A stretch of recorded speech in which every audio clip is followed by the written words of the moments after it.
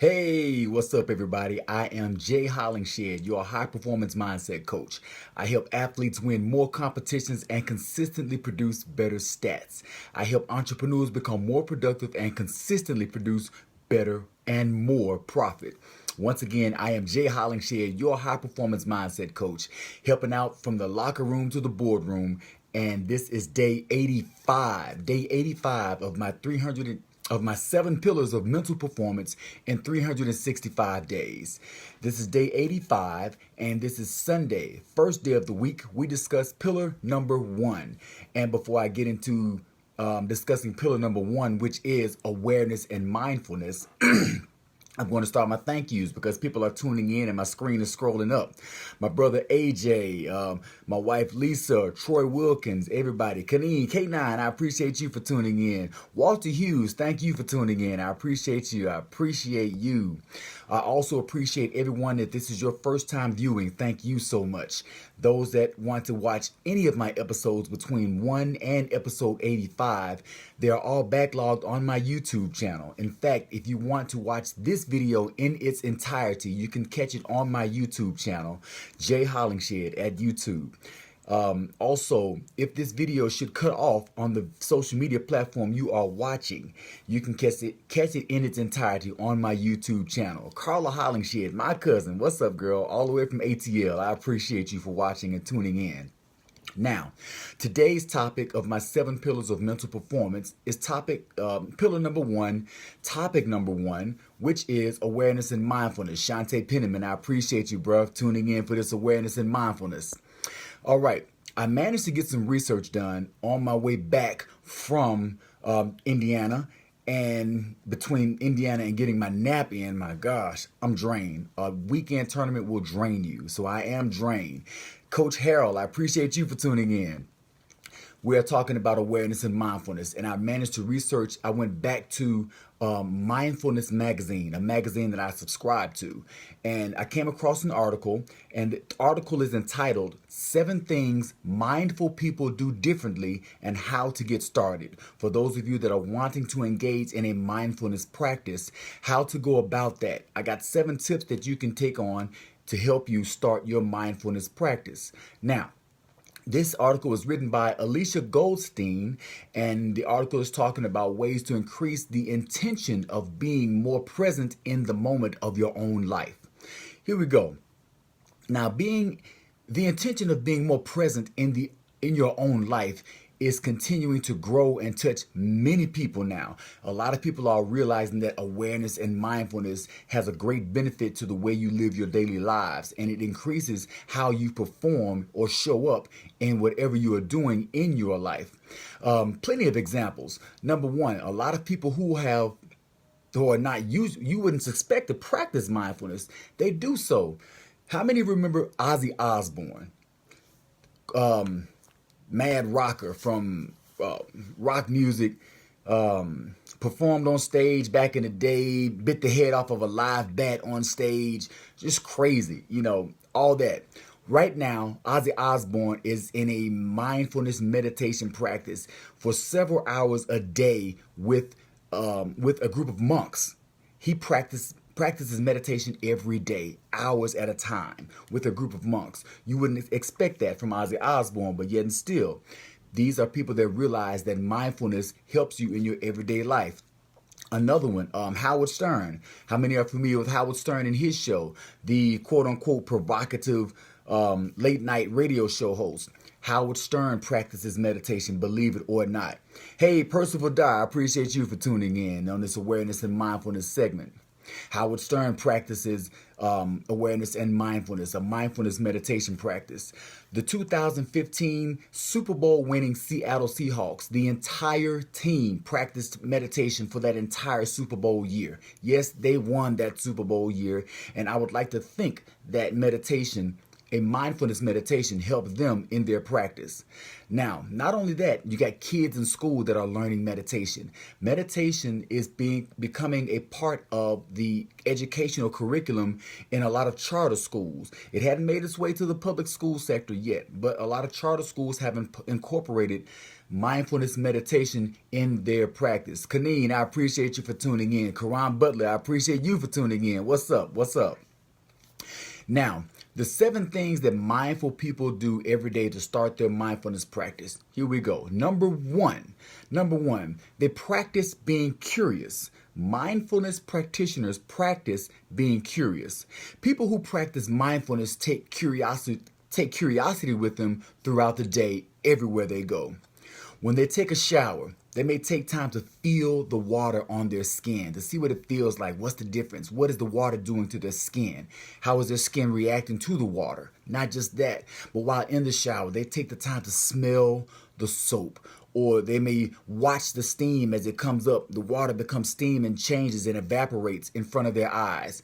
Actually, what they are doing, they are incorporating their 5 senses into the shower that they are taking. They are being present in the moment, and incorporating your 5 senses into what you are doing it increases the element of concentration, and you become more aware of what you are doing and what it is doing to you, how you are becoming one with what you are doing, your performance.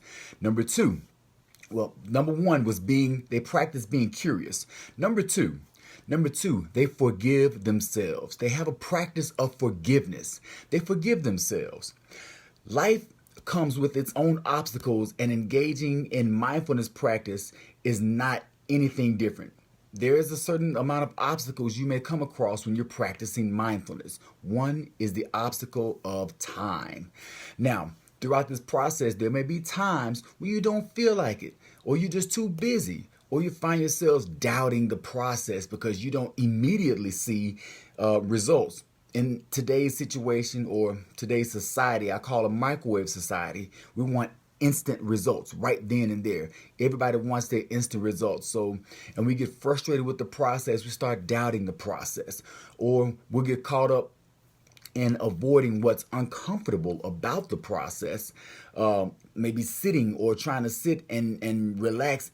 And it's hard to relax or sit still because we're so busy moving all the time with our short attention span. So those are reasons we need to forgive ourselves. When you forgive yourself, you actually release the stress of being caught up in the obstacles that you're in. The obstacles that you come across from trying to practice mindfulness, they bring tension, they bring stress. When you forgive yourself and realize that that's just a natural part of the process, you release that. You let that go. The energy comes back to you, the weight comes off of your shoulders, and you're able to move forward with a better mindfulness practice because you engage in the tip number 2, which is forgiving yourself. Number 3, this is a good one. Number 3, they hold their emotions lightly. Dwayne Akon, thank you for tuning in on this Awareness and Mindfulness Day. We're on number 3 now, holding emotions lightly. Now, when you start paying attention to any emotion, you start to experience that the emotion is actually your energy in motion, or it's called the motion of your energy. That's emotion, energy in motion. When your energy is in motion, it has a certain nature. You observe the nature of your energy coming and going. You're able to see this and feel this and experience this. This is also another part of you bringing your 5 senses into play. You are experiencing everything that is happening with your energy and your emotions as they flow, as they come and as they go. So this like life flows. So does your energy. Now, when you experience this, you can actually decide what's worthy of your emotions. What are your emotions or your energy? What do you want to attach your energy to? A lot of us get drained throughout the day. First of all, our emotions or our energy is our emotional currency. And that is very valuable. You should spend your energy like you spend your money, like you spend your time. Be conservative of it. You don't want to just gamble it and throw it away. Now, when I say gamble your energy and emotions and throw them away, what you are doing is attaching your energy and your emotions to any and every situation and circumstance that doesn't belong to you. Things you shouldn't even be bothered in. Let's take gossip, for instance. A lot of people always gossiping. He said this, she said that. You're hearing what somebody else said, don't know if it's true. Then you get upset because you have attached your emotions to something that, first of all, does not involve you. Second of all, you don't know if it's true. But if it's too late, you attached your emotions to it and it's gone. Your emotions are gone with the doggone situation, with the circumstance. Now you're tired. Now you're drained. Now you're upset because you chose to be upset. You chose to attach your emotions to something that did not involve you. People that practice mindfulness hold their emotions lightly. They're actually able to decide what they want to attach their emotions to or what's worthy of their emotions. So number three of the 7 tips, holding their emotions lightly. That's one thing we should do when practicing mindfulness. Number four, they practice compassion. Compassion can be defined as noticing suffering with a desire to help in some kind of way. Now, a repeated practice of intentionally paying attention to ourselves. Paying attention to ourselves sends the message to our brain that we are worth caring about. And as we do this, we pay less attention to difficult emotions and become less afraid of them. So practicing compassion allows us to move forward without the distractions of difficult emotions or being afraid of them and holding ourselves back from our own progress. Tony Martin, I see you tuning in, bro. I appreciate you. My guy, Tony Martin from Memphis, Tennessee. Step number five, make peace with imperfection. A lot of us need to do this. We got to make peace with imperfection. When I say make peace with imperfection, make peace with yourselves. We have to realize that we are imperfect. Here's what the author says about that. Many of us are aware of our imperfections, and because of this, we continue to judge ourselves. We are hard on ourselves. That's like yesterday's talk, pillar number 7, which we discussed on day number 7, Saturdays. That's positive and negative self-talk. That negative self-talk hits us, and we already know that 85% of our self-talk is negative. So when it hits us, we constantly judge ourselves and degrade ourselves and pull ourselves down. So we need to be aware of our own imperfections and stop judging ourselves. People that practice a mindfulness meditation, they do this. They don't judge themselves. Well, if they do judge themselves, the process of doing that becomes less and less as they practice their mindfulness more and more. Now, noticing the imperfections become less of a struggle because we recognize it as a source recognize it as something that's in all people. It's a commonality. It's common in everybody. It's a part of everyday life. And recognizing our imperfections allows us to see them, deal with them, and it gives us a foundation from which to grow from. So we have to make peace with our imperfections. And number 6, I did say 7 and I meant 6. So number 6, the last one, we embrace being vulnerable. Embrace vulnerability. Now, our brain has this default mechanism which guards us from being vulnerable. Why? Because we don't want to be embarrassed. We don't want to be embarrassed, or because we are afraid of what someone else would think. Now, those that practice mindfulness or mindfulness practitioners, they understand that being vulnerable is where their power is. There's power in being vulnerable. Why? Because when you embrace vulnerability, you develop courage, trust, and a connection with others. Now, you sitting there being scared all the time of what somebody else might think, you can't move forward. The mind only focuses on one thing at a time. When you focus on one thing at a time, you can focus on progressiveness and moving forward, or being scared of what someone else thinks or what someone else will say about you and your experience of being vulnerable. You're scared of what's going to happen, the outcome. You become anxious about that.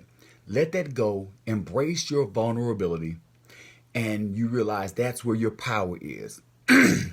So we cultivate a common connection with others. It allows us to feel safe, happy, and confident. That is number 6. Now let me give you a quick rundown of all 6 of them one more time before we wrap this up. Tony Granberry, I see you tuning in. I appreciate you. Thank you so much. Thank you for tuning in.